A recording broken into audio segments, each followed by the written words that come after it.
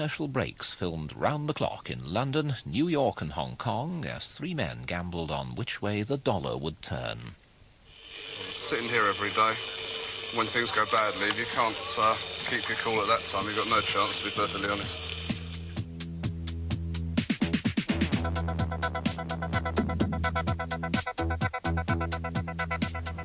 Richard Hill is one of a new breed of men around the City of London. Every day he can win or lose a fortune in a war of nerves against dedicated speculators like Ronnie Schlapfer in New York and William Wong, who plays the currency market from Hong Kong. One day in June, the three of them gambled $1,000 million. Who won?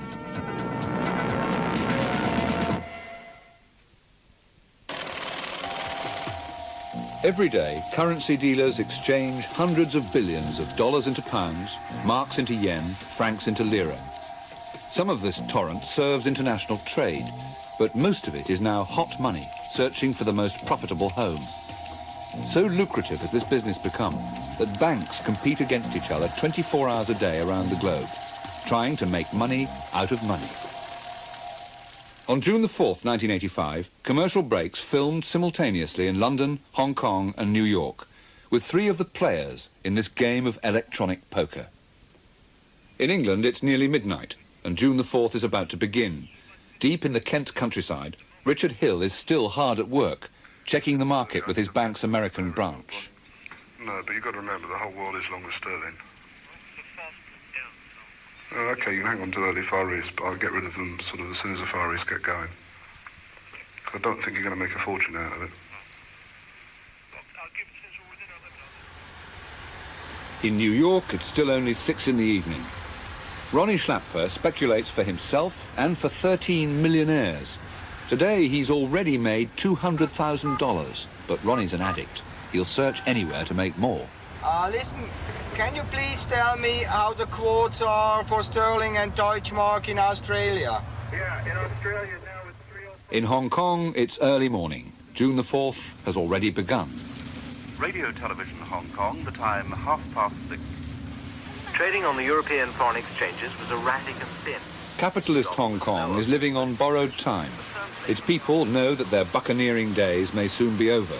So the pace of their favourite activity, making money, becomes ever more frantic. High up in a suburban apartment block, one of the Far East's leading currency traders has just woken up.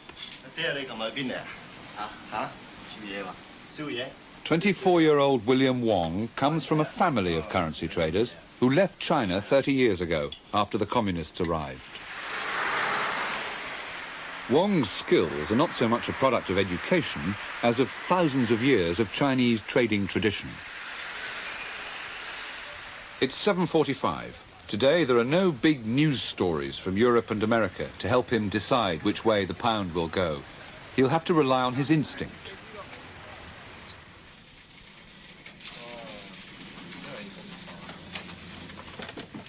This morning, William's late. The pound is already rising. He must decide within minutes whether to jump on the bandwagon and buy some pounds in the hope that they'll go on going up.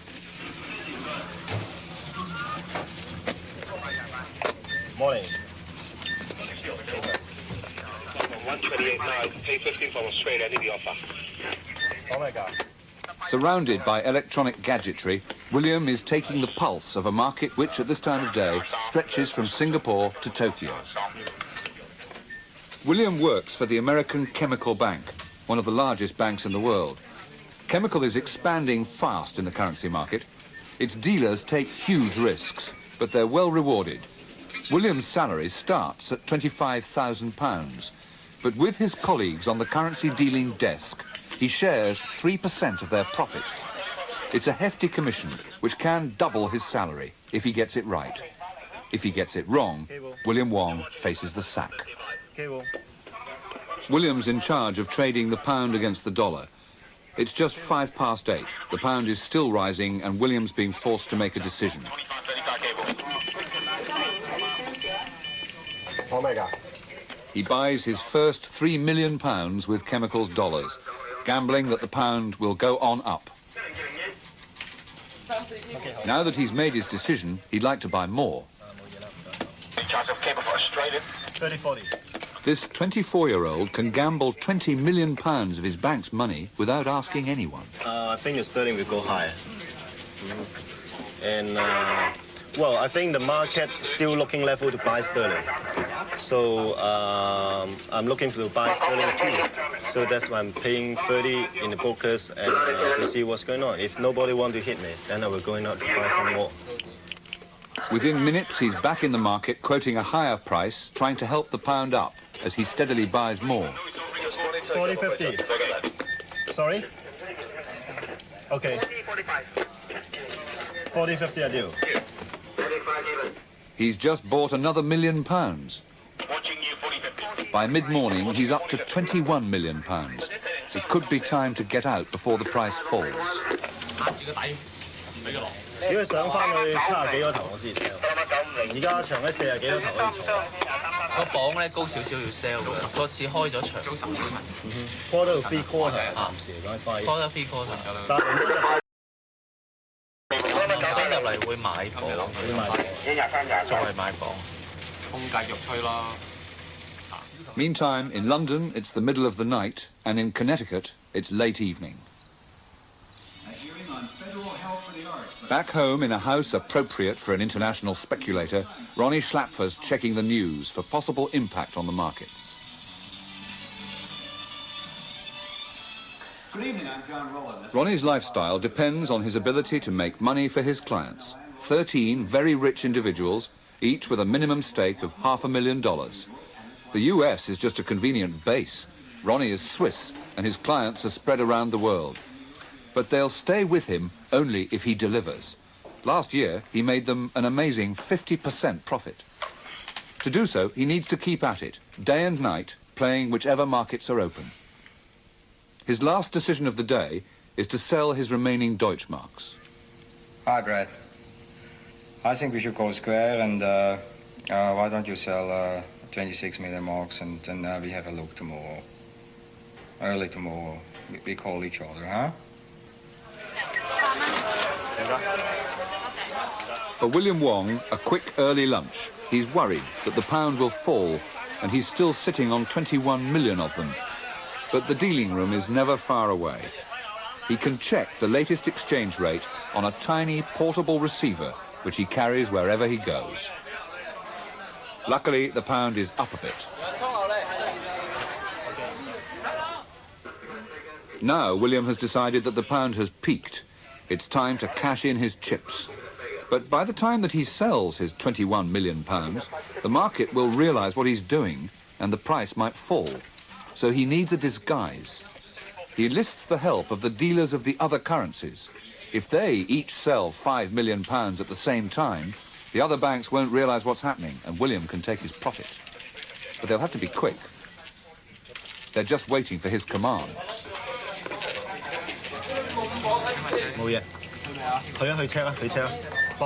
A final check on the price.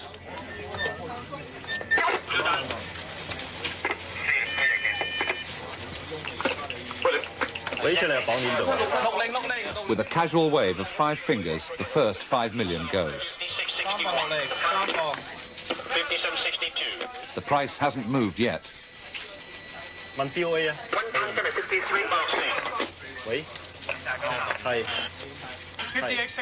In quick succession, they sell £5 million, another 5 million, and a last 5 million. And he's out. The sting has worked. A quick check on the price. Hello. 50-55. It's already down 1/10 of a cent, but William has beaten the market. It's a good morning. This morning make $20,000 US. 100% enjoy it. Once a dealer, always a dealer. All right, let's check.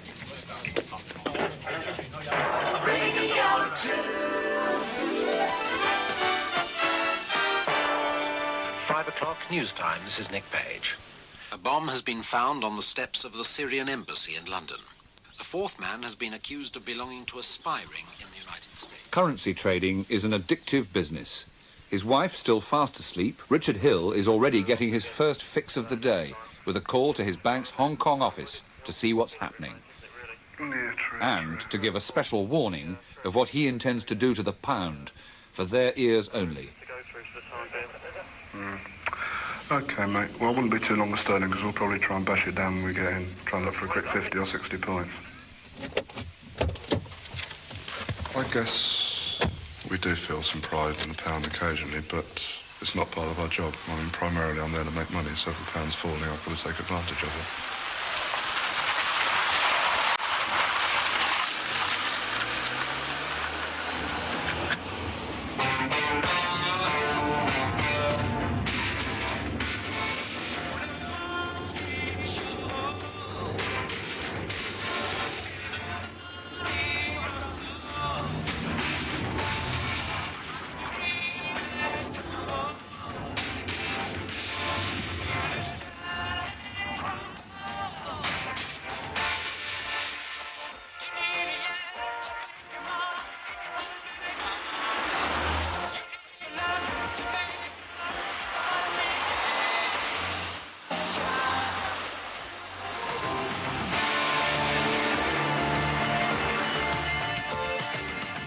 It's 6:30, a time when no traditional city gent would be seen dead arriving at work. But Richard Hill is no traditionalist. More of a financial athlete than an economics scholar, he started right at the bottom in Barclays Bank. But at the age of 31, he already earns more than most of their high street managers.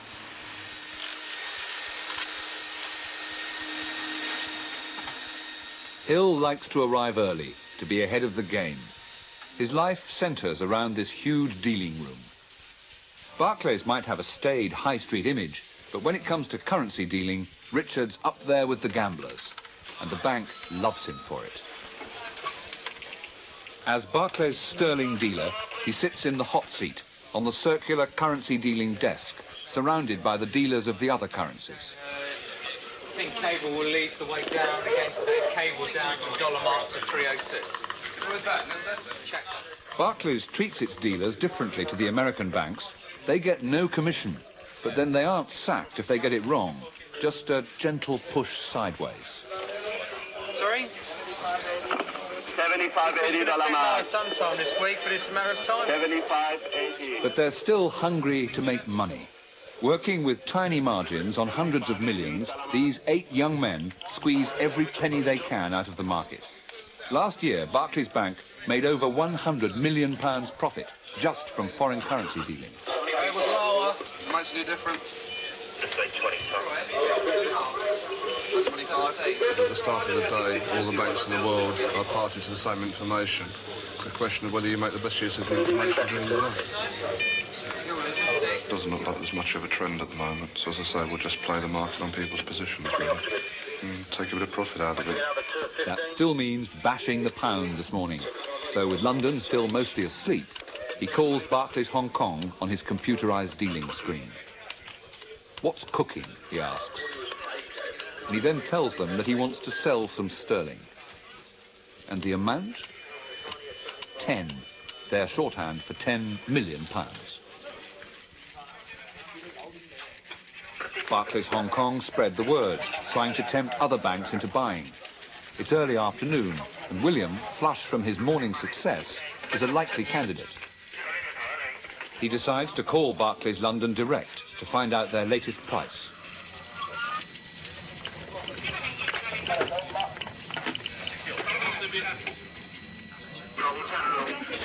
Cable, chemical, Hong Kong, 49.54. In London, Richard quotes a competitive price to tempt William into buying.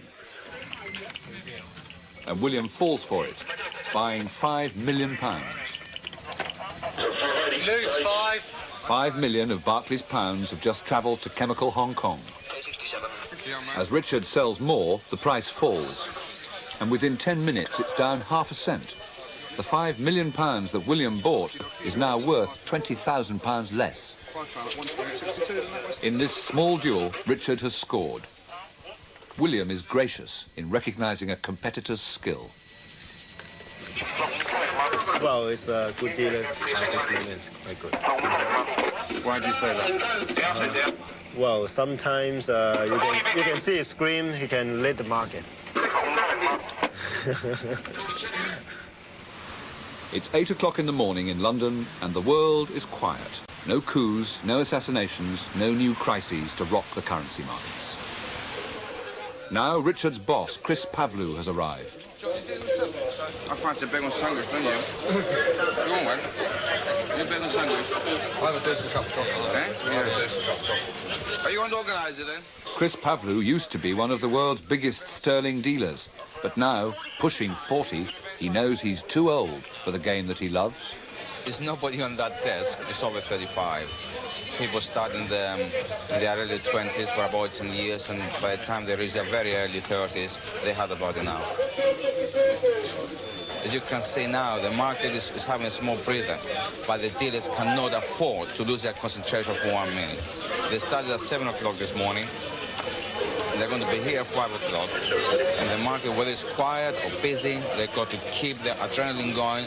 They've got to make sure the concentration is there, just in case the market decides to erupt.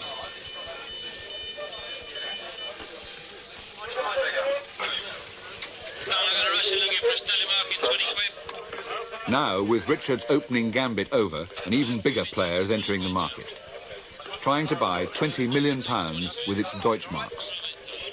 Perhaps it needs these millions to buy a lot of British goods. But more likely, the Russian, otherwise known as Boris, in reality the Bank of Foreign Trade, Moscow, is speculating that the pound will rise.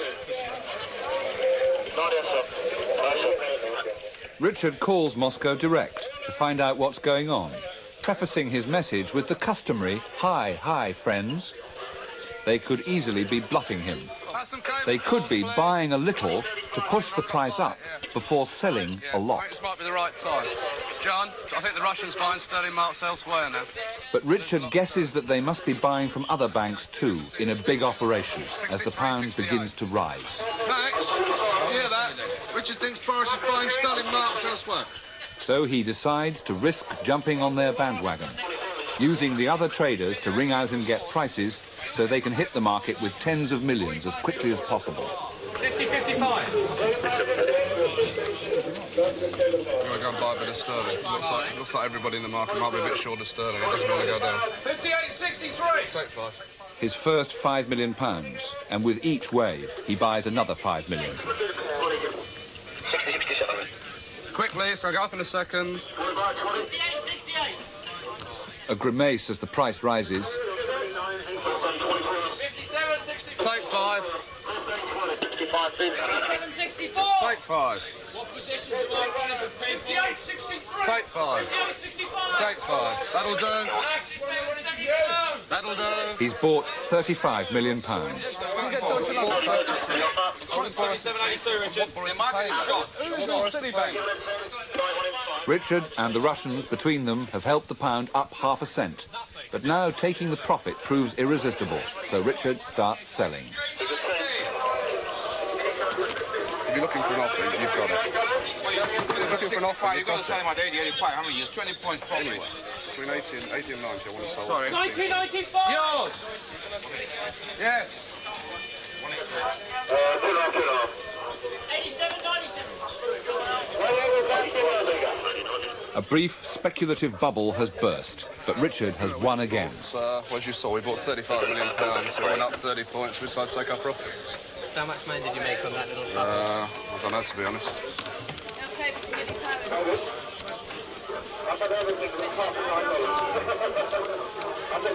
£75,000. How much? About £75,000. And that took you about half a minute. The price just Took about 3 minutes. 80-85.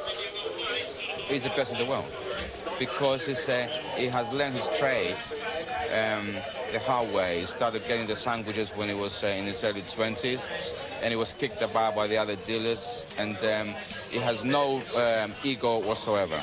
If he's wrong, he knows he's wrong, he will cut out. And he will say, I had enough, I'm not going to beat the market. And he's there to work for Barclays Bank, not for his ego. That's why he's so good.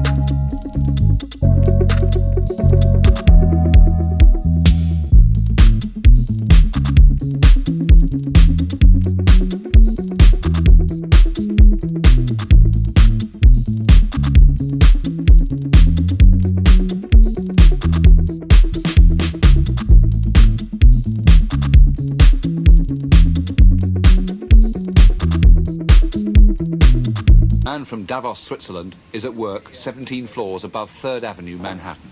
Unlike Richard and William, Ronnie's dealing room is his own, and his business is 100% pure speculation. Sure. How do you guys see the dollar? He works with a partner, ex-Harvard man, Brad Westerfield. With their 2 young assistants, they spend most of the day sitting and waiting for the right moment to plunge in and buy. Can you talk to Mike?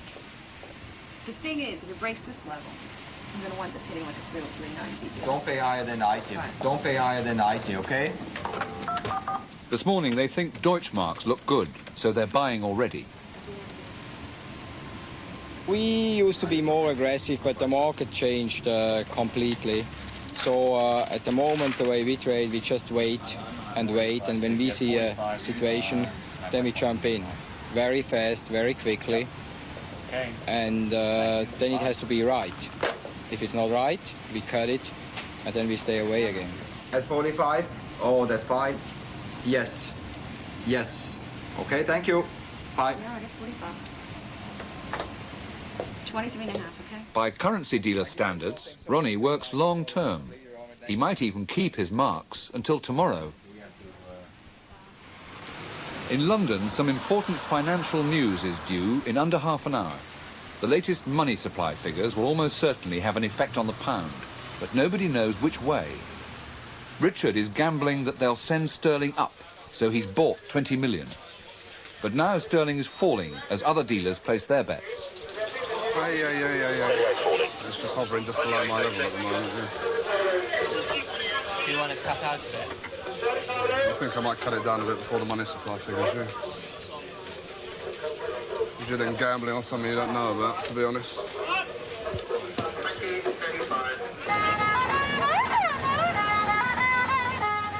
In Hong Kong, William is out celebrating another good day.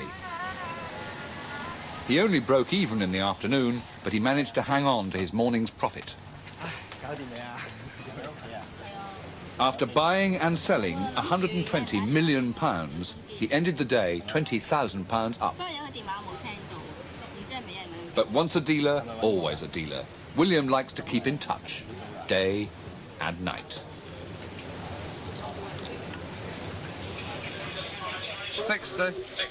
Those money supply figures are due out any moment. 50 again now. 50 again. In London, as the price wobbles, tension is mounting. OK. You turn these figures around in about 2 seconds. Above 0.5% and the pound should rise. Below, and he'll be in trouble. What? Upper half money supply.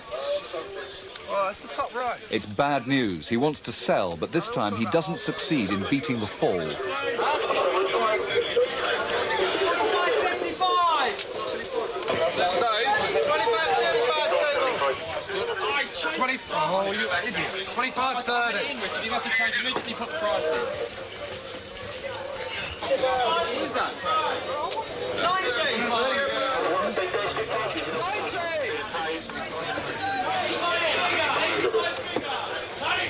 70.75 cable! Oh, it's even lower. Position will be taken up by half a customer. What? 75, 80. 75. 60, 70. In New York, it's now nearly noon, and they're already jumping into the market again. But not because they want to. Hi, this is CMI. Can I have a dollar mark, please? While Richard can hang on, they're being forced to quit as their marks fall. 95. Yeah, at 93. Those other people that I told you about. Yeah. And those are the ones This who... bank is playing around, he says. Just checking around the market now, we found out some Eastern Bloc countries were buying dollars and selling pounds very aggressively. And so basically we're just forced out of the position. That's something we have no control over, and we had to take a loss. We took about an $80,000 loss. If we hadn't gotten out of it so quickly, it would have probably been a loss $130,000, $150,000. And it's just one of those things you have no control over, and we just try to take our losses quite quickly. With the kind of trading we've done this morning, it's ready to be at lunch. The market been very interesting. It's just erratic, up and down and choppy. Ronnie and Brad's loss for the day so far totals $70,000. Now they're out at lunch, wooing a prospective client. An inevitable question soon comes up. One of the very touchy areas that the Middle Easterners usually ask is the fee structure. Could you sort of elaborate on that a little more? Yeah, of course, there is a fixed management fee. And then we have an incentive fee, performance fee, yes.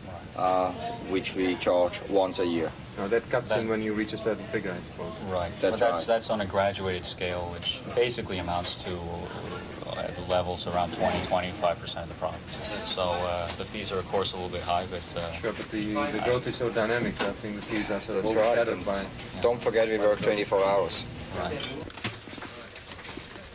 Good night, Neil. In the 10 exhausting hours that Richard's been at work, the pound has moved up and down 2 cents.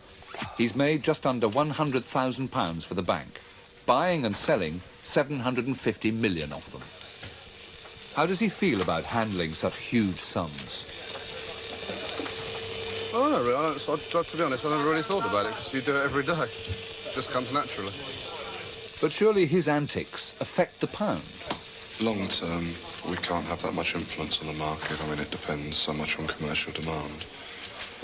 Day to day, we can probably move the rate our favour, but as I say, nothing dramatic long term.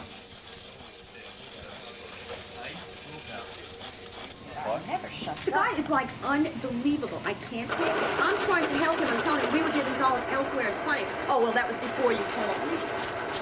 Idiot. In New York, they're getting edgy. Did you leave a limit order? Talk to me about a rate. Did you leave anything, or you just told him to execute? Just do it. Do it. They want to sell marks, but they keep missing the moment. They should call out and ask a price.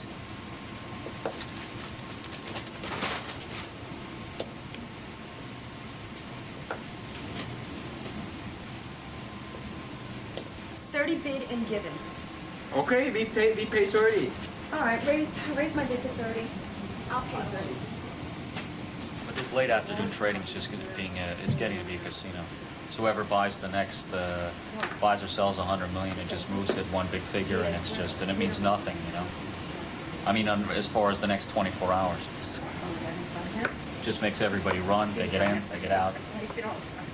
Always at the bottom of the top, and. It's unbelievable. Okay, we'll leave it.